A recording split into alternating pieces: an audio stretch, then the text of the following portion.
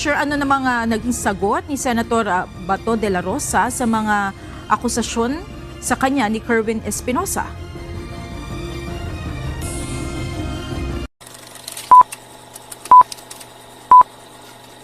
Ni Senador Ronald Bato de la Rosa si Kerwin Espinosa. Ito ay matapos akusahan nga ni Espinosa ang mambabatas na pinilit umano ni Senador de la Rosa si Espinosa na idiin sina Peter Lim at ang nooy Senador Laila de Lima na isang protektor o mga protektor sa drug protector ng drug lord. Yun lang, kinonfirm ko lang yung nangyari kay Espinedo nga, yung totoo ba yung sinabi niya na tumatanggap sa kanya ng pera sa Espinedo. Yung gabi lang na yun, after ng Senate hearing. Paliwanag ni Senador de la Rosa, isang beses niya lang nakausap si Espinosa nang puntahan niya ito sa kulungan sa ilalim ng kustodiya ng National Bureau of Investigation.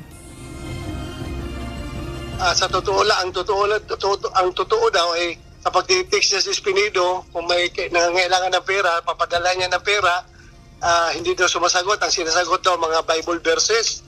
Yun ang kuha niya, sabi niya. So yun lang ang so kung na-satisfied na ako doon sa kanyang sagot, ay umalis na ako. Yun lang gabi na yun, nag-usap kami at wala na kaming pinag-usapan.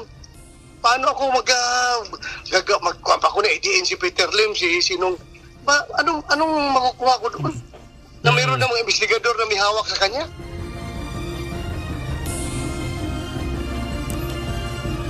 Itinanggi rin ni Senador Bato de la Rosa na tinakot niya si Espinosa at pinagbantaan ang kanyang buhay maging ang miyembro ng kanyang pamilya kung hindi ito susunod sa kanyang utos.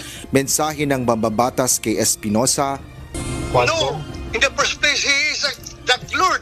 Kahit na granting na dismiss yung kaso niya, still, he remains a drug lord.